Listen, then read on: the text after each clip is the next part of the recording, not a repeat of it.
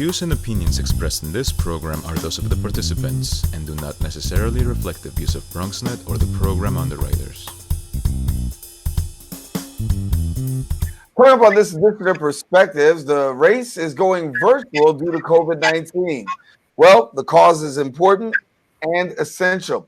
Jen Lackard, the founder of the Race for Reentry, joins us next on this edition of Perspectives. Stay with us. Perspective starts now with yours truly, Darren Jaime. What's on your mind? Express what's on your mind. What's on your mind? Anything relevant to life, you bring it to the table. Whether you make a move solo or a movement with a stable. No fables, just speak on your decisions. Cause in the long run, it's your voice, your views, your vision. Keeping it real with many messages for you to know. This ain't radio, but DJ runs the show. Entertainment, he rocks it. Politics, he locks it. The host with the most would handle any topic. Don't forget to share your perspective with shines of light. Cause it might make a difference in someone else's life. Make a difference in someone's life. Express what's in your heart and your mind. Share your perspective. What's your perspective? Let them know. Hello, everyone, and welcome to another edition of Perspectives. I am Darren Hyman. Of course, we thank you for watching us. As always, you can catch Perspectives weekly here on BronxNet Channel 67. If you have Verizon files, it would be 33 or anytime on the web at bronxnet.org. We also encourage you, look, stay connected to us on all of our social media platforms. If you want to get there, that's BronxNet TV. Also, my professional page on Facebook is Darren C. Jaime. There you get some information as well as some inspiration to keep you going. We're coming up on this edition of Perspectives. Our next guest, well, has been serving those that have been impacted by incarceration for some time now. Whether directly or indirectly, Jen Lackard is always front and center with the issue of incarceration. She's the founder of Race for Reentry and New York City's first multi-platform collectively centered on reentry and the mission of creating a safe as well as inclusive communities in neighborhoods that are impacted by incarceration. And we did a about a 4-part special we did with Jen before. She joins us now back here on Perspectives. And Jen, good to have you. Hi, how are you? Thanks for having me. Glad to have you. So listen, let's talk a little bit about this because the Race for Reentry, we know that you're running for incarceration and running to really make a statement. And normally it's an outdoor race, but this year doing something a little bit differently due to COVID-19. Things are going virtual. Yes, we decided to kick it up a notch and bring people on an online virtual experience this year. So we've got a little different, added some technology into it, and we're looking forward to what this year is going to bring. Yeah. So when you talk about making it virtual, obviously somebody say, well, how do you take a race and you make it virtual? There's certain things you do, but a race going virtual? Explain. Yeah, so the way it works is that people can log on. The actual race launches on Saturday, May 30th, which is this Saturday. It runs until Saturday, June 20th. So that means people have 4 weeks literally to get their distance in. Some people will be able to go online and do their distance within the first day or first couple of hours. And then there are others that will use it as a wellness challenge with friends and team members to actually kind of get more time. So like we just learned this morning that United Healthcare is pledging to do a 500-mile challenge with about 8 members of their wellness team. And so you're getting you've always been able to commandeer sponsors and people who've been, able to assist you in this race. Talk about how it was this year when you decided to go virtual. Was it a hard sell for people? No, so I don't think it was a hard sell. I think people knew I was going to do something, just wasn't sure exactly what it was going to be. The same partners that we had that we were planning on working with for this year anyway had just followed with us and said this was something that they believed in. And so we're very grateful that we have those people that have come on board. We have Smashburger, ShopRite. The beauty is many of these individuals already committed to our mission. So this just gave it an extra fun, interesting piece to see how it plays out. And when we talk about playing out, of course, it's played out well throughout the course of the years. Give us a little bit of a history as to how things have progressed from its inception to where it is now. Because, we've been covering you for a minute, and as we've covered you, we can honestly see a tremendous amount of growth. Absolutely. So when we first started off, there was maybe 150 people that participated in 2017. Now we're up to 400 people that come out to the race. We're not sure how we're going to play out virtually. We do have a lot of people who are supporting, giving financial donations because they're not able to participate. But we want to really try to encourage people, especially during COVID-19, where we're already having to social distance. We're quarantining, we're inside. No one is able to go outside. And if you are, you're going out individually and not in group formats. Parks, we don't know what that's going to look like. But right now, to go into the park and have a large group format, which is where the race typically is for us, that's non-existent. So this allows us to work out together at home, either in your home, in your park. You're working on your distance individually. Like I said, with United Healthcare, they've decided to do teams. So Legal Aid has teams. So what they're doing is saying, we care about the people that we work with, and we want to find a way to keep us all sane. So I think this is more than this year. We've kicked it up in that we're providing a virtual experience, but we think that it means more to people this year because of the current climate that we're all living in. Yeah, and the current climate is definitely a challenging one. Talk about navigating that for you. I mean, everybody's had their challenge due to COVID-19. How have you been able to navigate, and what's it been like for you?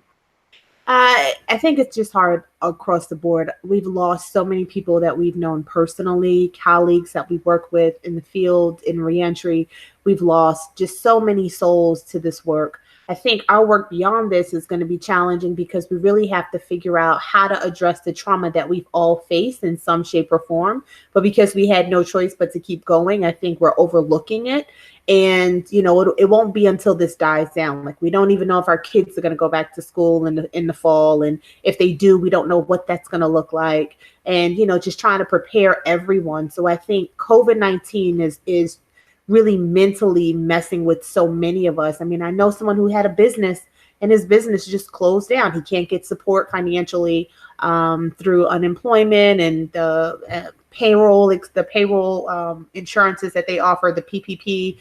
So people are trying to survive, and I really think we're in bad shape. So anything that will help us come together, change our perspective, motivate us to just sort of be happy that we're alive and in good health, that we can do something as simple as walking versus running. I probably won't be running, and people make this joke about me all the time. So every year, when we started in 2017, 2018, 2019, because I'm hosting the race, and we had the first year 1 and 2, a different finish line than we had a start line.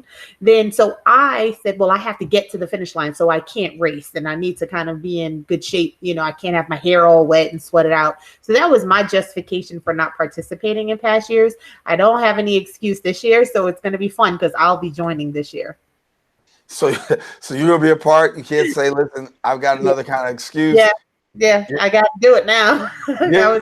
I mean, figure out. listen, I think everybody can do it right now. And since you have hit that virtual platform, and since you have made it a little bit easier, have you heard more people say, "Hey, you know what? I can tap in now because it is a little easier"? Yes. Yeah, I do. And there's no commitment. We're not saying that you have to do the race. In a physical race, you can be shamed for like having to stop in the middle of the race or walk the rest of it. And, people are like, oh, they couldn't finish. On a virtual race, you don't know. All you know is that people start, you see their name, they're challenging, you can see them on the virtual map. But if it's too much for them today, they can stop and start, again and get a little bit further on the virtual map versus having to do the whole map in one sitting. And I think it allows people to get in where they fit in, and it makes people feel more comfortable to participate. Yeah. How arduous and how time consuming was it for you to be able to have to flip this platform? Because I know, everybody, to go to a digital format for some people was kind of easy, but for others, it just became, ultra energy consuming and time consuming. Well, for me personally, I had to figure out how it worked because I still couldn't wrap my mind around it. Right. So it was like, okay, I still don't get this virtual platform. And I talked to different technology companies on how we can actually make it happen and be realistic in real time. And everyone has a feature, but it's really not cheap to do a virtual race. It costs a lot of money to get it and to create this platform where everyone can communicate and upload and log in times and, trash talk and all that. And so to even make that shift, was, to me, we thought it a commitment because it's something that we think can work very well in future years, regardless of what's happening. You know, the whole thought about this pandemic is that, you know, it's going to be 4 years for us to recover, particularly in New York City. And if that's the case, I think we need to position ourselves that we can continue to do this in a meaningful way, still engage, still give people hope and motivation, make a statement for a good cause. And so it may be that we have a physical race if we're allowed to do that next year, but if not, we're definitely going to do a virtual run. Yeah. So much to consider given the times that we're in. Listen, we're going to take a quick break, come back with more with Jen. As we come back, we're going to talk a little bit about COVID-19 and incarceration. How is that playing out? A lot of changes, a lot of modifications and adjustment made with regards to incarceration. We'll talk about that when we continue right here on Perspectives. Are you tired of being cooped up in the house and need to find something fun and exciting to do? Join us for the 4th annual Race for Reentry as it goes virtual in 2020 with a 20-mile challenge that supports collaboration and opportunities at the intersection of public health and public safety. Proceeds will help fund the donation of blood and PPE for essential workers and vulnerable communities during the COVID-19 pandemic. The virtual race kicks off Saturday, May 30th through Saturday, June 20th. Ask family and friends to join you, sponsor you, or simply donate to the cause as you set fundraising and fitness goals that allow you to participate at your pace and distance in the runner, walk, adaptive, and dog division. Sync health data from third-party devices and team up with others to combine fitness points and earn rewards and prizes. If we have to social distance, we might as well get fit together with 22 days of distraction and determination at the virtual Race for Reentry 20-mile challenge. And we're back here on Perspectives. Darren Jaime here with you, and we are continuing our conversation talking about the Race to Reentry. Our guest, Jen Lackard, is the founder of Race for Reentry, and we're sharing a little bit about the work that's being done virtually in this time as the race is still coming forward. But now we want to shift gears a little bit. We want to talk a little bit about incarceration. And for Jen, I know that your boots on the ground, of course, with incarceration. Talk to us about what you're hearing with regards to challenges with COVID-19 and incarceration. Yeah, so I know that there's been traction in some areas, but not enough movement for others.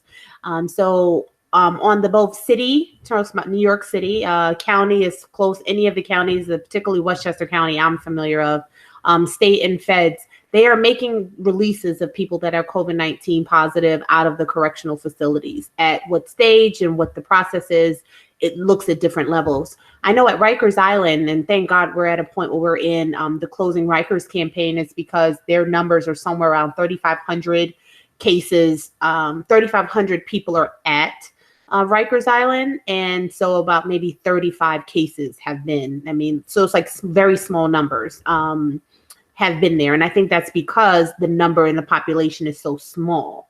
If the Rikers was at full capacity, there would be larger numbers of people that are impacted, and I think we'd be really concerned about that. Same thing with Westchester County Jail. There's been quite a few people who were impacted. They've let them go. They were quarantined for about 12 to about maybe 2 weeks for sure, maybe longer if they needed to be. But for most cases, I've been told by leadership there that what they were doing was quarantining them in a different housing unit. They were not coming out if they had to go to court or if they had to see a judge. The video monitors were being wheeled to them directly in the correctional cells. And then they were released back into general pop after they were asymptomatic, no fevers. They didn't have any other issues. And so they've gone back. Many of those cases, I think there was someone about 100 of them were actually released in general, but that's just in Westchester County. The state, I've not gotten enough information about what's happening on releases. We do know that they're wearing masks and they're doing more on protective PPE, kind of ensuring staff and everyone is safe. But we're seeing a lot of traction with Senator Sepulveda, who's the head of the State Corrections and Crime Victims Committee in the Senate, as well as Representative Nadler and a few other Congress people who are supporting doing more than what they're currently doing. And we're seeing the same thing on the feds. There are people that are coming out. They're coming out on compassionate release, meaning they would have had to meet a certain level of criteria versus meaning a certain number of age, certain amount of time in. So we're seeing that it's looking different on the Fed side, but generally speaking, we're starting to see releases across the board with people in correctional facilities that are COVID-19 positive. Yeah, but I think there's a concern, right? I was talking with somebody who's out of state, and the concern is that if you have people who've been infected by COVID-19, they get released, and then you get released into society, then that further hurts the population who's trying to actually navigate through this. So I don't know enough, and you're right. So I don't know enough about on the local level. I know on the feds, that's part of the requirement, is that whether or not people have stable housing. Like, they would consider someone for release if they had stable housing. It doesn't make sense to release someone where there is housing and they can kind of put some measure in place to segregate them, versus putting them back into the community, have no place to go, or they're going into the shelter system. So I know that for the feds, they're really trying to take that into consideration. I was reading something on the Department of Corrections website in their report, and people should look. If you go to the DOCS website, doccs.ny.gov, they have a COVID-19 report. That report came out March 27th. I don't think that there's been one since then. That's 2 months ago, actually, as of yesterday. And a lot has changed, and probably has changed, but you could at least see what the state is starting to do, or what they have done with inmates that are in the correctional facility on the state level. But yes, it's a concern in general. I think reentry, you pray that people are coming out that have a place to go. And then you just wonder what the situation is, because people who are coming out of correctional facilities already have a challenge. Today I got an email from, they're actually the federal defenders for the Southern District, and they have someone who was coming back into Westchester County from the feds. And of course, he's just coming home. He hasn't had a chance to look for a job, and now he's struggling with food. And we have people who are food insecure. So now their entire family, they had work, they're not actually making any income now. Then now you have another person living in the home who's just now getting used to, getting into the community, but now they're quarantined. So there's a lot of challenges around that I'm concerned about, but I think I don't know what our response could be in real time, because some people don't even have internet access in their homes. So it's hard to even get access to those people. Yeah. And so how do you see things playing out in the short term? I mean, as we said, there are these releases that are taking place, but yet still court, we know, is not yet back in session. A lot of questions as to how that's going to play out in the near future. But give us your thoughts on how you see things playing out and what you actually have heard. Well, I've heard nothing. And it's not that I've not been asking. I've been asking a lot. And I think there's so many things that have ended up going above reentry, just basic housing needs. And I think people are concerned about NYCHA as we're going into the flu season in October, and there, some properties not even having heat. And that has been an issue in previous years. Thank God this pandemic did not happen during the high, times of the winter. But sort of what are the measures that are being taken place on that end, right? So if you have families that are already quarantining, they can't go out, or maybe we have another pandemic and it hits hard in the fall during the flu season, what happens to those people who have no heat, right? So are they getting sick? What comes first, the horse, the cart, or the horse? Another issue that I think is concerning is things like child support. We see that now. I had a big Zoom call with about maybe 60 to 70 stakeholders, and we talked about child support was one of the issues, because we have people who are coming out of incarceration. They did not address their whatever their order was before they came home. The goal was to deal with it when they came out, but now they're only having emergency proceedings in court virtually. And so if they're actually getting something like the money that comes, the pandemic money that's coming out from unemployment or for the federal government or from unemployment, those monies are being taken from them. So, really it's like, how are we stopping this? They don't even have an opportunity to fight for themselves. And whatever money they can make a lot of it is being taken for child support. And I can't say a lot. There's a portion of it that's being taken. You can still survive on it. But when you have nothing, every bit counts. Yeah. A lot of challenges there. Listen, got to take a quick break with Jen. We will be back with our final segment here on Perspectives in a few seconds.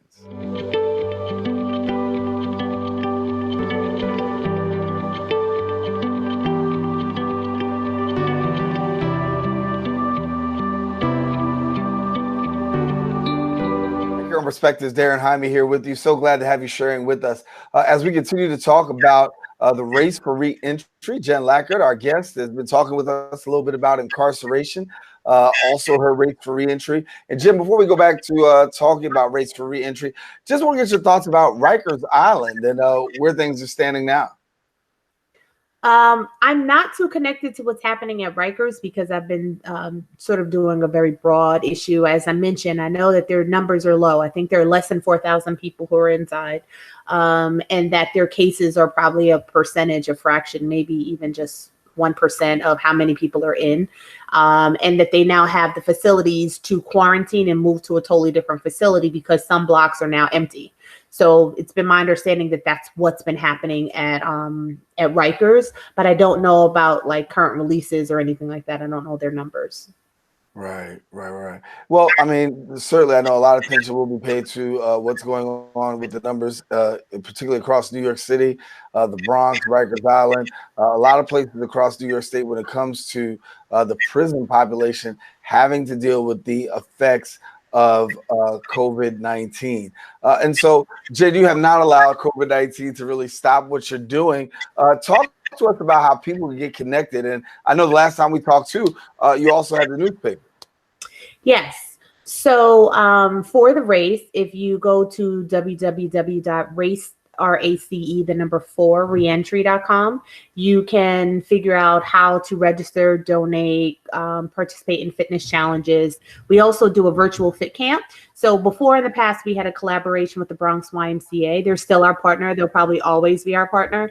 But this year, what we're doing is doing a virtual fit camp. And so people can go to our website, actually click the virtual fit camp link. It will then connect them to our YouTube page, which has different tutorials and different videos about workout. So it could be salsa, merengue, hip hop. We've tried to kind of find the short videos that'll just help people get a little workout in for maybe 15, 20 minutes. It'll work up a sweat. It'll get people in shape for the race. So we're excited about that. It's free, but it's just a way to keep people engaged.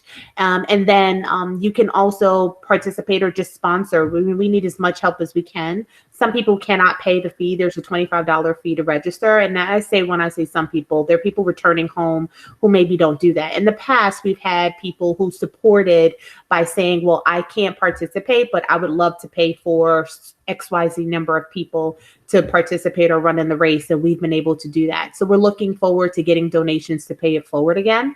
And so we're looking for donations for that as well.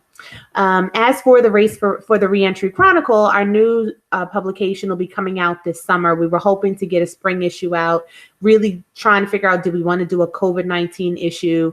We're still toggling back and forth about that because we really trying to find the right way to talk about reentry at the same time, reporting valuable facts and info. And so we're going to push it out to the summer, but we are also going to be launching the online version of the Reentry Chronicle so that people can get it electronically and versus not always having to get it from a newspaper.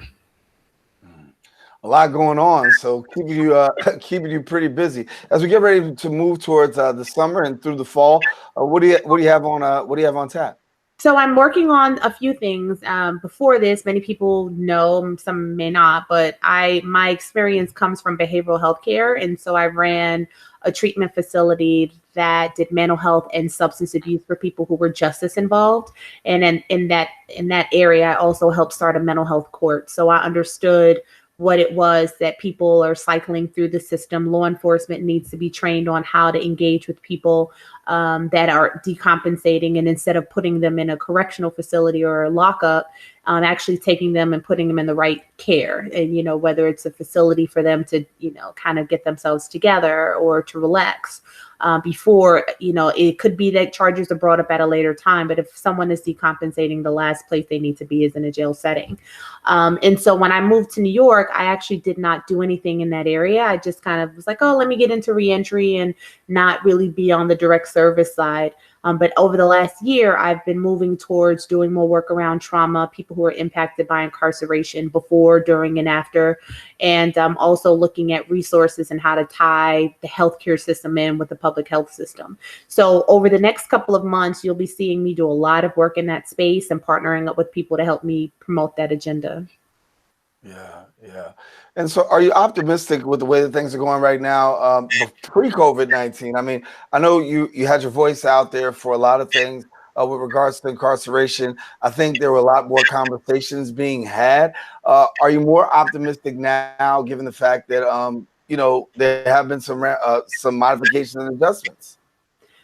I am concerned more than I was before because I think COVID-19 has put us in a different place. There are people who have lost a lot, and it's going to take, the recovery is going to be pretty significant. And I don't think that communities of color have the resources or the support system in place to get through this. And when I say communities of color, obviously not communities where people are working or self-employed and doing well right now. I'm talking about vulnerable communities that have health issues, comorbidities, that are struggling to just get by before this. And now this pandemic has put them in a worse place. I am concerned deeply about those communities. And then when you add the other element of COVID-19, I want to be very sure that people are not being marginalized because they tested COVID-19 positive. I do think that's something that people are not talking about, but we do need to be careful about that and labeling and what's happening now with trackers and things like that, that, you know, we want to make sure that people are not being marginalized in a way that makes them, you know, puts them in another box, just like being a felon or having a criminal record has for many. Mm-hmm. Yeah. And for people who want to get in touch with you for Race for Reentry, how do they go about doing that?